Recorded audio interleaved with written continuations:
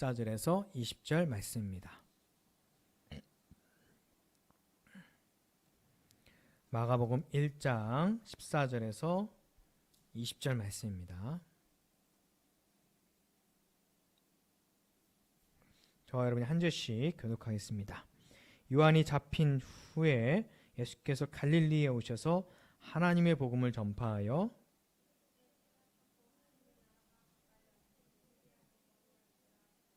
갈릴리 해변으로 지나가시다가 시몬과 그 형제 안드레가 바다에 그물을 던지는 것을 보시니 그들은 어부라.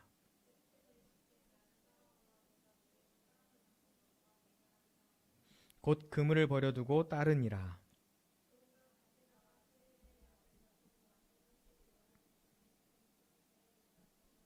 함께 하겠습니다. 곧 부르시니 그 아버지 세베대를 품꾼들과 함께 배에 버려두고 예수를 따라가니라. 아멘. 할렐루야. 사랑하고 축복합니다.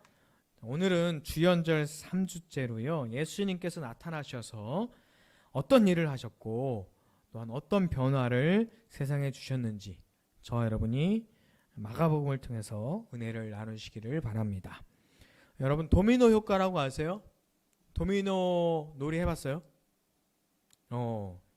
요만한 블럭 같은 나무 토막 쭉 세워놓고 하나 딱 하면 도로로로 넘어지는 거, 도미노죠. BJ 손턴이라는 사람이 이런 말을 했어요. 모든 위대한 변화는 차례로 쓰러지는 도미노처럼 시작된다. 그런 말을 했습니다.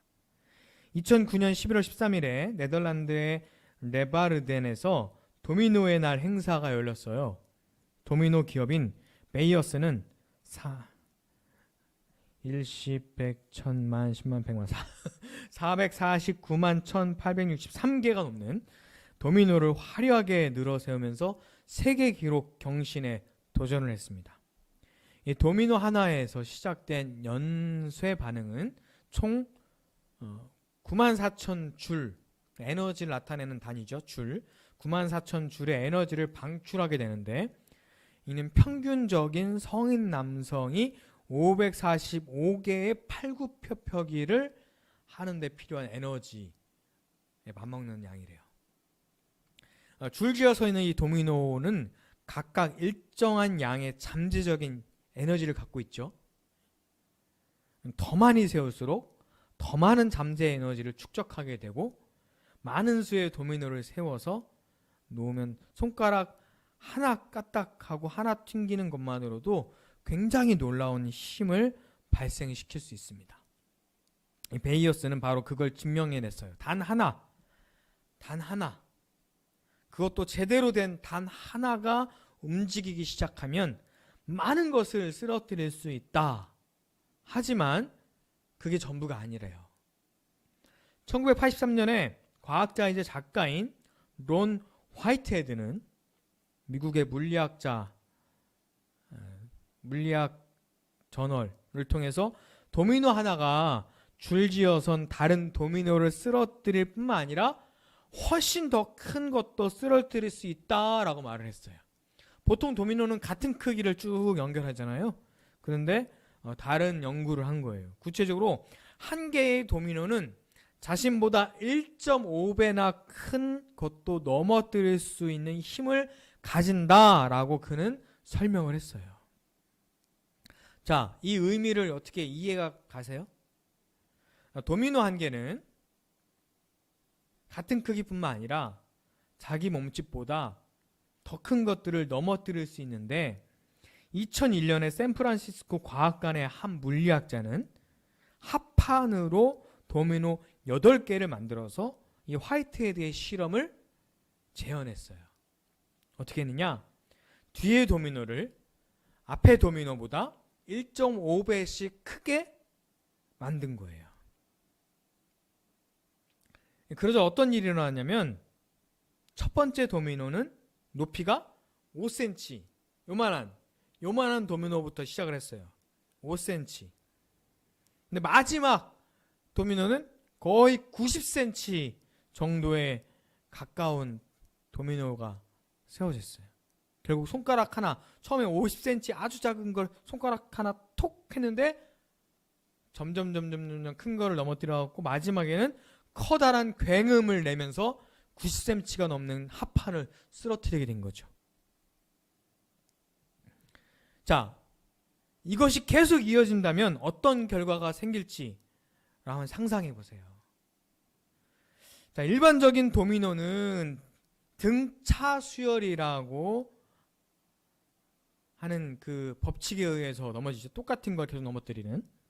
그런데 이 화이트헤드의 연구 결과는 등비 수열이라고 하는 법칙에 의해서 넘어지기 시작했어요. 알아요? 등차 수열? 등비 수열? 네. 검색해 보세요. 이 시간에 설명하기는 좀 어렵고 하여튼 점점점 커진다 뭐 그런 개념이겠죠. 자, 8번째 도미노는 사람보다, 키가 굉장히 큰 사람보다 더 큰 그런 도미노가 됐고요. 18번째, 그런 식으로 계속 가면은 18번째에 이르게 되면 피사의 사탑 정도 되는 높이의 도미노가 세워진대요. 넘어지고. 놀라운 사실은요, 31번째 도미노는 얼마나 클까요? 에베레스트 산보다 900m나 더 높은 크기의 도미노가 쓰러질 수 있답니다. 그런 식으로 가다가는 57번째 도미노는 어디에 다다를까요? 응? 어디? 달. 네, 달까지 가는 도미노가 쓰러진대요. 이론상. 이 이야기는 더 원싱이라고 하는 책에 나오는 이야기입니다. 한번 읽어보세요. 더 원싱. 시작은 단 하나부터 시작되지만, 단 한 사람부터 시작되지만, 단 하나만 잘하고 단 하나만 성공하면 그것이 연쇄로 시작이 돼서 큰 성공을 이루게 된다. 그런 이야기입니다. 자, 단 하나부터, 단 한 사람부터, 복음의 시작 예수 그리스도부터 시작이 됩니다. 마가복음 1장 1절 같이 읽겠습니다. 하나님의 아들 예수 그리스도의 복음의 시작이라. 아멘. 자, 예수님으로부터 시작된 이 복음이 지금 우리에게까지 왔죠? 어떻게 왔을까요? 계속 그렇게 연쇄적으로 영향을 미쳐서 왔어요. 영향력이라는 것이 있습니다. 자, 해가 뜨면 어떻게 되죠? 따뜻해져요. 그렇죠? 특히 이런 겨울에는 얼었던 땅을 녹입니다. 곧 봄이 오고 있어요. 그렇죠? 한파, 시베리아 공기가 이렇게 내려오면 다 얼어버리고 엄청 춥죠. 구름이 생기고 비가 내리면 대지가 촉촉해지죠. 자, 우리는 이렇게 자연의 영향을 받고 삽니다. 자연은 우리에게 이런 영향을 주는데, 뭔가 나타나서 변화를 주는 것을 영향력이라고 그래요. 여러분도 누군가에게 영향력을 받고 또한 영향력을 끼치겠죠? 어떤 유명한 사람이 한마디를 하면 우리가 그의 말대로 살기도 하고, 그가 추천한 책을 읽기도 하고, 그가 추천한 음식을 먹기도 합니다. 우리는 영향을 받기도 하고 영향을 끼치기도 하죠. 이왕이면 예수 그리스도의 복음으로 또한 사랑으로 선한 영향력을 끼치는 저와 여러분 되기를 주의 이름으로 축원합니다. 오늘 본문에서 예수님께서는 어떤 영향력을 끼치셨을까요? 제자들의 삶을 바꾸십니다. 예수님께서 시몬, 안드레, 야고보와 요한을 보시고 나를 따르라, 사람을 낚는 어부가 되게 하리라 라고 하시며 부르셨어요. 그랬더니 시몬, 안드레, 야고보와 요한이 어떻게 합니까? 그물을 버리고 아버지와 품꾼들을 버리고 예수님을 따라갔습니다. 이게 무슨 얘기죠? 삶의 우선순위가 바뀌었다는 거예요. 이 아버지를 버렸다고 하면 불효자네 그런 의미가 아니라요, 사람을 사랑하는 대상으로 버리라는 것이 아니라 수단으로 버렸다는 얘기예요. 자, 여러분에게 가장 중요한 단 하나는 무엇입니까? 가장 중요한 것. 그들은 예수님을 만나자 단 하나 찾은 거예요. 바로 예수 그리스도죠. 그전에는 그물을 던지는 일이 중요했어요. 그전에는 먹고 사는 일이 중요했습니다. 그전에는 아버지와 품꾼들, 이런 사람들이 또한 자기 성공의 수단으로 됐었어요. 사람은요, 수단이 아니라 사랑의 목적이거든요.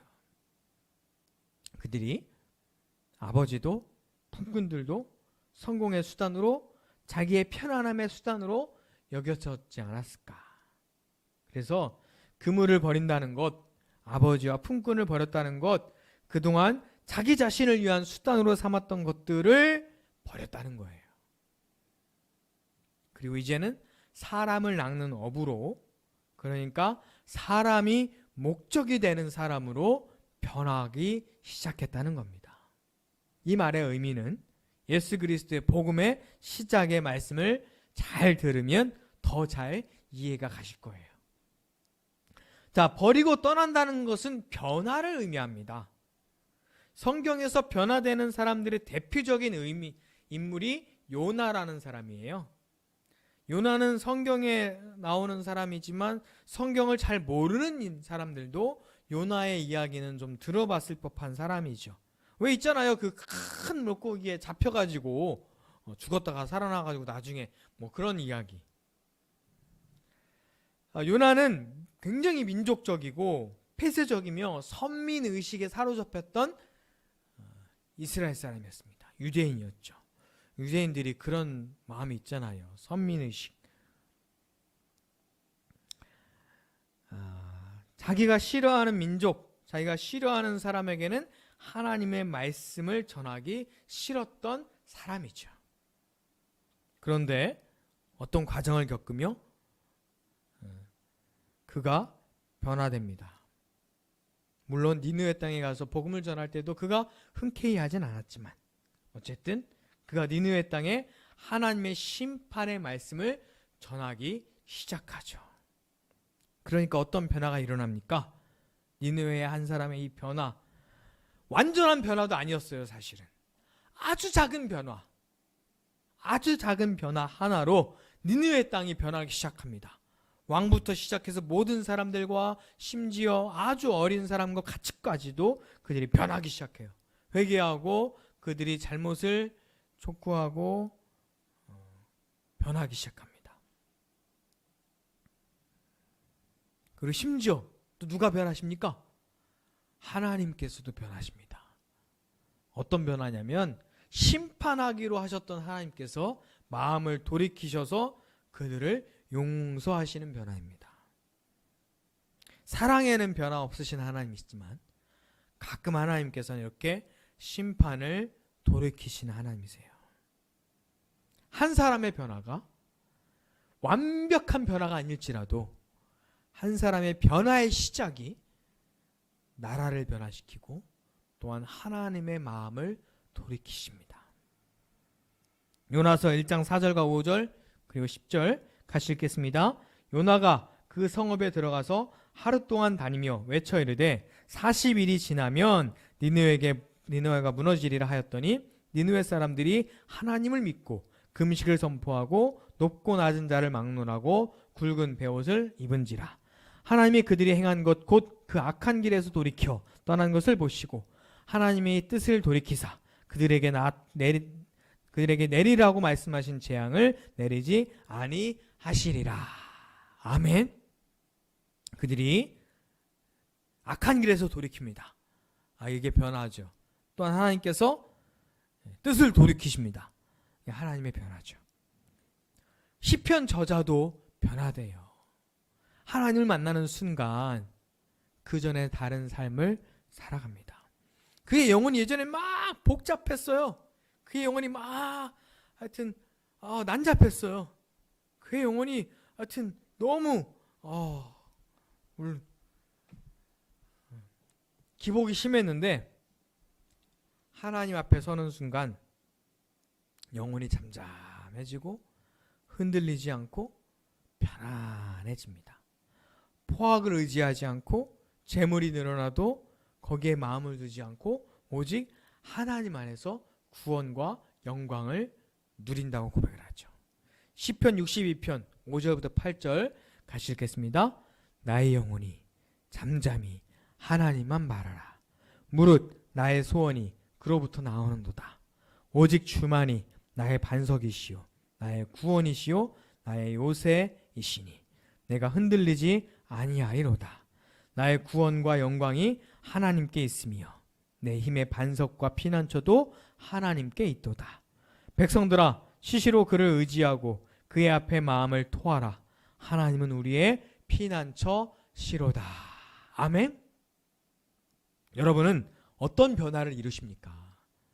무엇을 버리고 예수님을 따라가십니까? 그것이 돈을 버릴 수도 있고요. 인간관계를 버릴 수도 있고요. 나의 지식을 버릴 수도 있고요. 나의 시간을 버릴 수도 있죠. 허비하라는 게 아니에요. 버리라는 것이 허비하라는 것이 아니라 나를 위해 움켜쥐고 있으라는 것이 아니라 놓으라는 거죠. 두려움을 버릴 수도 있고요. 미움을 버릴 수도 있고요. 짜증을 버릴 수도 있고요. 욕심을 버릴 수도 있습니다. 불의를 버릴 수도 있고. 여러분은 무엇을 버리고 예수님을 따르십니까? 억지로 버리라는 게 아니에요. 그것들보다 더 좋은 것을 따르라는 겁니다. 예수님의 제자들은 예수님을 만나고 그동안 자기들이 제일이라고 생각했던 것들을 버리기 시작해요.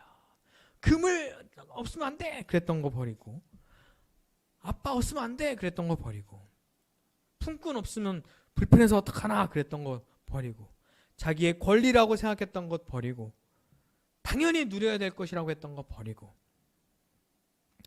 버리고 떠나신 분의 최고는 역시 우리 예수님이시죠. 하늘 영광을 버리시고 이 땅에 오셨어요. 고향을 그리고 목수의 직업을 버리고 복음을 전하러 다니셨습니다.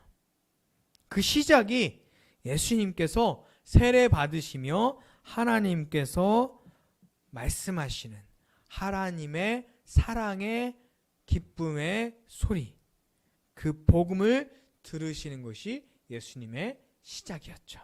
마가복음 1장 11절 같이 읽겠습니다. 하늘로부터 소리가 나기를 너는 내 사랑하는 아들이라 내가 너를 기뻐하노라. 아멘. 예수님께서 하늘을 버리고 이 땅에 오실 수 있는 힘은 바로 하나님의 사랑이죠. 하늘에 있으나 땅에 있으나 변함없이 사랑하시는 하나님의 사랑이 있기 때문에 예수님은 하늘을 버리고 이 땅에 오실 수도 있는 거예요. 비록 인간의 몸을 입는 것이 불편하고 비록 이 세상에 사는 것이 불편할 수 있지만 이곳에서도 하나님의 사랑을 그대로 받을 수 있으니까요. 이곳에서도 하나님의 아들이라고 하는 것은 변함이 없으니까요. 내가 너를 사랑한다. 너는 내 아들이라. 너는 내 딸이야. 내가 너를 기뻐해. 라고 하는 하나님의 말씀. 이것이 바로 복음입니다. 이 말씀이 바로 세상을 변화시킵니다. 이 사랑이 바로 사람을 변화시키는 거죠. 예수님께서 이 사랑의 말씀을 듣고 또한 그 제자들에게 이 말씀을 전해주시며 이 복음을 들은 자들이 하나님의 나라를 시작을 하게 되는 거예요. 예수님께서 말씀하십니다. 15절에 같이 읽을게요. 이르시되 때가 찼고 하나님의 나라가 가까이 왔으니 회개하고 복음을 믿으라 하시더라. 자, 때가 찼다라고 하는 말씀은 시작이 되었다라고 하는 말씀이에요. 하나님의 나라가 가까이 왔다라고 하는 말씀입니다. 하나님의 나라, 하나님의 통치가 이루어지는 나라, 하나님의 사랑이 이루어지는 나라, 이게 하나님의 나라죠. 즉 하나님의 사랑으로 다스려지는 곳이 바로 하나님의 나라입니다. 이 말은 완벽하게 사랑이 이루어진 곳이 아니라 모든 사람이 사랑하는, 완전하게 사랑하는, 물론 그곳은 저 하늘나라이지만 이 땅에서 하나님의 사랑이 시작이 되었다. 하나님으로부터 예수님에게로, 그리고 예수님으로부터 그 복음이 사랑의 말씀을 들은 한 사람, 바로 나. 지금 그 말씀을 들은 바로 당신. 바로 나로부터 시작된다는 말씀이에요. 나에게서 내가 지금 그 사랑을 완성한다면 얼마나 부담이에요? 가능하긴 한 말씀이에요. 완성은 누가 하는 거예요? 네, 완성은 하나님께서 하시는 거죠. 완성은 내가 하는 게 아니에요. 저와 여러분 뭐만 하면 돼요? 시작만 하면 돼요. 나로부터 시작하면 돼요. 시작을 시작하는 거죠. 예수님께 들으셨던 그 말씀, 내가 너를 사랑한다, 내가 너를 기뻐한다, 너는 내 아들이야, 너는 내 딸이야, 그 말씀 저와 여러분에게 동일하게 적용되는 말씀입니다. 그 말씀은 또한 저와 여러분에게 하나님께서 우리를 목적 삼으시는 거지 우리를 수단 삼으시지 않는다는 말씀이죠. 어떤 상태에서도, 어떤 상황에서도, 어떤 어려움에도, 어떤 위기 가운데도, 어떤 연약함 가운데도 하나님께서는 저와 여러분을 사랑하시고 기뻐하십니다. 그 복음을 들은 여러분이 하나님의 사랑 안에서 사는 그 복음의 시작을 시작하십시오. 그 받은 사랑으로 다른 사람들을 사랑하며 기뻐할 때 도미노처럼 상상하기 어려운 놀라운 변화의 역사가 저와 여러분을 통해서 일어나게 될 줄로 믿습니다. 기도하겠습니다. 사랑과 은혜 하나님 감사합니다. 나를 통해서, 아니 예수 그리스도의 복음의 시작을 통해서 나에게, 또한 나를 통해서 다른 사람에게 하나님의 나라가 확장되게 하여 주시옵소서. 나로부터 시작이 됩니다. 이 말씀을 들은, 하나님의 사랑을 받은 나로부터 하나님의 나라가 시작되는 줄로 믿습니다. 주님, 나에게 사랑을 부어 주시옵소서. 사랑을 충만하게 받고 또한 그 사랑을 나누는 자들이 되게 하여 주시옵소서. 주님, 나를 사랑한다는, 내가 너를 기뻐한다는, 너는 내 아들이고 딸이라고 하는 하나님의 말씀, 그 음성을 듣는 자들이 되게 하여 주시옵소서. 예수님의 이름으로 기도합니다. 아멘. 사랑합니다. 나의 예수님, 찬양하시며 준비하신 예물 봉헌하겠습니다.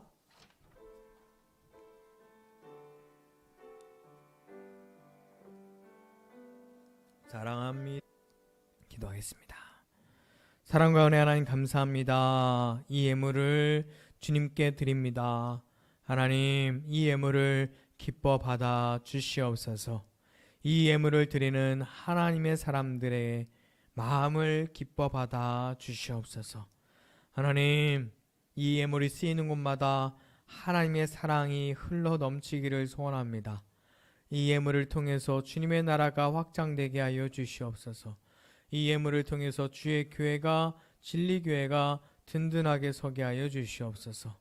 이 예물을 드리며 하나님께 기뻐하며 기도한 모든 손길들마다 그들의 기도의 제목이 이루어지게 하여 주시옵소서.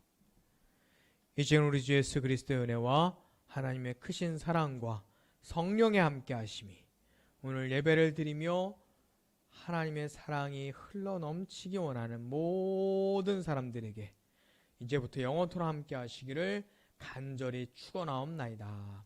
아멘.